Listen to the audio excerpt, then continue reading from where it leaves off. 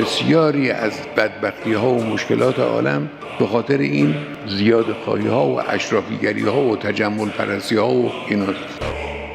بخش عظیمی از ثروت عالم داره صرف این چیزا میشه در همه جا. حالا در کشور ما متاسفانه همینجور، در جای دیگه 10 برابر 100 برابر داره صرف این چیزا میشه. ساده زیستی.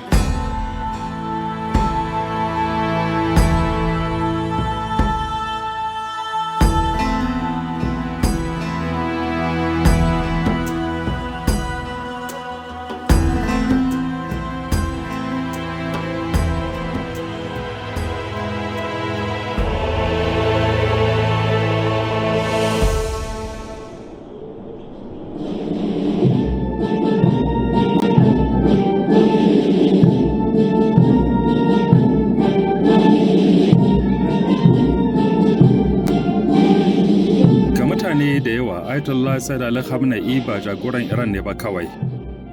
Shi mutum ne wanda yake wakiltar wani salon siyasa wanda ke rayuwa mai sauki akan mulki.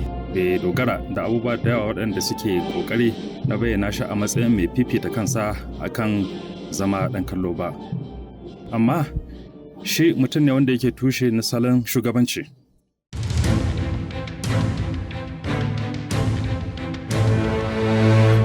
Za a iya amsa wannan tambaya ta hanyar halayensa kawai ba domin bayyana kansa. Bayan haka akwai wani ra'ayi dangane da mutum, tarihi, ra'ayi da kuma samo asali akan manufa ta Alƙur'ani da sunna ta Ubangiji. A wannan ra'ayi, al'ummomi ba za su samu ceto da buri kaɗai ba, masu iko ba za su iya dawwama akan mukami kaɗai ba, kuma nasara ba kyauta ba ce ga mutane masu zaman jikun ba. Kowane sakamako yana da matakai. Canji yana farawa ne daga cikin al'umma. Nasara tana zuwa ne bayan ƙoƙari. Kuma duk wani iko da dogara da zalunci, barna, yaudara, ƙarshensa fuskantar sakamakonsa. Ayatollah Khamenei ya fahimci siyasa a cikin tsarin waɗannan ƙa'idoji.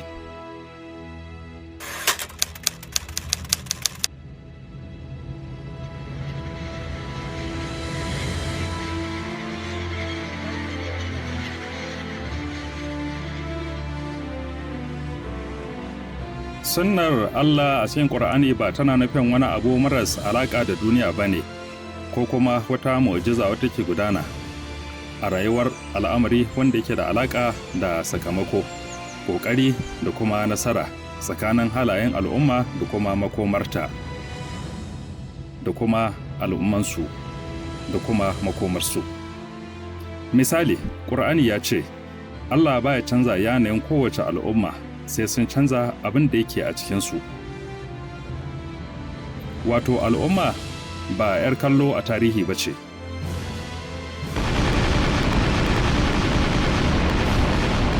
Mutum ba zai tsaya ya yi tsammanin duniya za ta canza haka nan ba kawai. Imani bai mai gurbin aiki, sannan kuma yana nuna alƙibla ne da kuma ƙara ƙarfin gwiwa.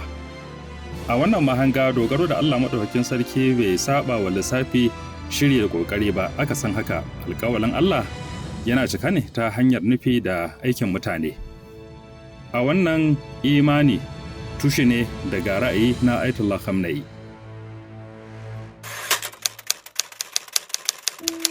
اشرافیگری، گرایش به اشرافیگری یک ضد ارزش بود در انقلاب. یعنی از افراد از اینکه نسبت داده بشوند به اشرافیگری یا از اونها چیزی دیده بشود که جزو خصوصیات اشرافیگری است به شدت اجتناب می‌کردند. امروز خوشبختانه همون موج ضد ارزش کردن اشرافیگری امروز هم الحمدلله وجود داره. یعنی دولت، مسئولین دولتی ساده زیستن، مردمی هستن و این خیلی فرصت خوبی است، نعمت بزرگی است. Sauƙin rayuwarsa a wannan ra'ayi ba ɗanɗano na kansa ba ne ko nuna tawalu'u. Tushensa imani ne da cewa mulki ba mallakan mai mulki ba ne, amana ce ta ɗan lokaci. Idan mulki amana ce, ba za ta iya mayar da shi zuwa dukiya, fifita iyali ko nisantar jama'a ba. Ƙaramin gida ko nisantar kayan alatu kaɗai ba zai warware matsalolin al'umma ba. Kyawawan halaye na jagora na zama nau'i ne na ma'anar dangantakar ɗabi'u da mulki. Ga magoya bayan Ayatollah Khamenei, sauƙin rayuwa saƙo ne bayyananne. Duk wanda yake magana game da shi, adalci da juriya dole ne ya fara nuna waɗannan darajoji a rayuwarsa. Mulki bai kamata ya ƙara girma mai shi ba, ya kamata ya ƙara nauyin alhakin da ke akan wuyan sani.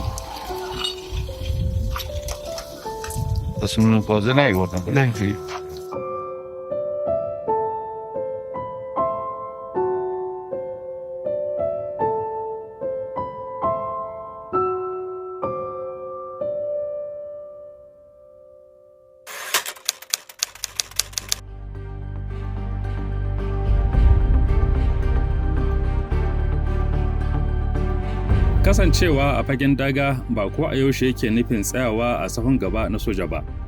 Ga jagora, fagen fama shine wurin shawarwari wanda ya shafi rayuwar jama'a. Fagen daga zai iya zama fagen yaƙi ko masana'anta wadda ma'aikatanta ke fuskantar matsaloli ko iyalai waɗanda suka rasa ɗansu ko taron ɗalibai da suke da tambayoyi masu wuyar amsawa.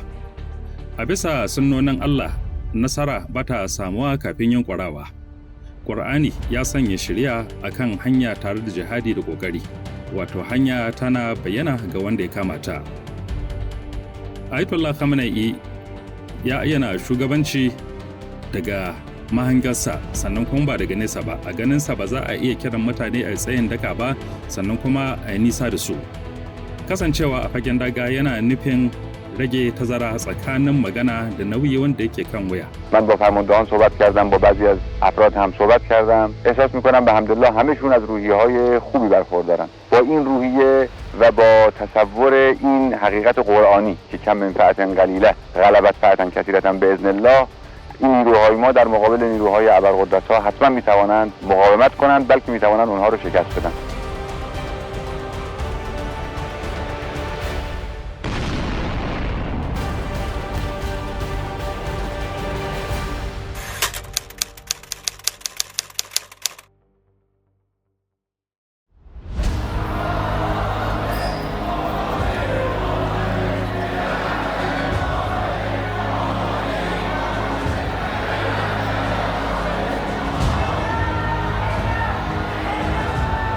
Waɗannan halaye ne da suka sanya shi ya zama mutum mai kishi a wurin mutane da yawa. Ba don shekaru ko gogewa ko tsawon lokaci na jagoranci kaɗai ba, har ma saboda salon siyasa wanda duniya a yau take da wai samun irinsa. Sauƙin rayuwarsa, ɗaukar nauyi na jagoranci, kasancewa a gaba wajen gudanarwa ba daga nesa ba, aiki ne wanda yake da gaske ba domin siyasantar da kansa ko nuna kansa ba. Al'umma ba ta ɗaukar sa a matsayin mutum ɗaya. Sana ganin sa a matsayin wata alama ce ta imani jagoranci na gaskiya mai fitar da ma'ana ta siyasa da kyawawan halaye. Amma bayan shahadarsa akwai wata tambaya wadda ba za a iya guje mata ba. Shin wannan sunna ta kawo ƙarshe da tafiyarsa?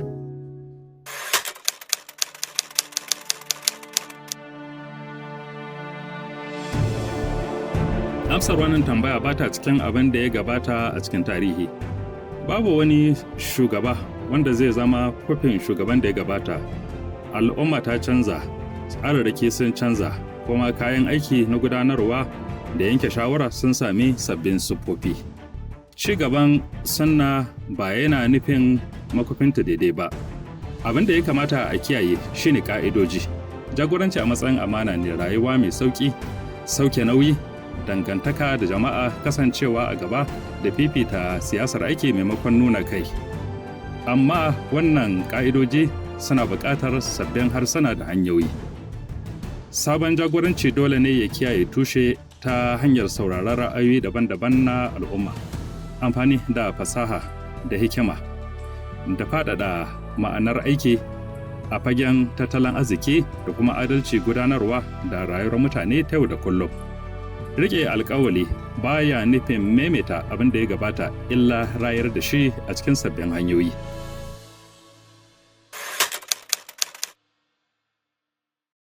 Ayatollah Khamenei bai bar shawarwari da jawabai kaɗai ba, ya bar ma'anoni na nuna shugabanci.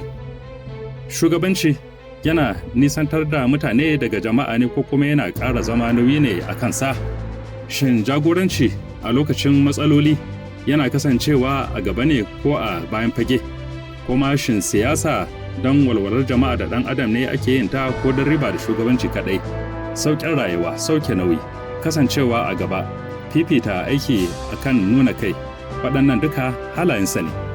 Duka sun samo asali ne daga imani ɗaya, tarihi ɗaya da kuma ƙa'ida. Mutum yana da alhaki kuma babu wata al'umma wadda za ta canza ba tare da nufi da ƙoƙari da aiki ba. Shugabanci ba wai kawai maye gurbi ba ne, hanya ce ta ci gaba da kiyaye tabbatattun ƙa'idoji sauye-sauye na duniya da ke shuɗewa. Gado da wanzuwa suna faruwa ne idan an sake mayar da shi a cikin sabon yanayi. Mutanen Iran sun nuna cewa imani wajen kiyayewa da ciyar da gaba na waɗannan sunnoni ta hanyar zaɓen shugaba.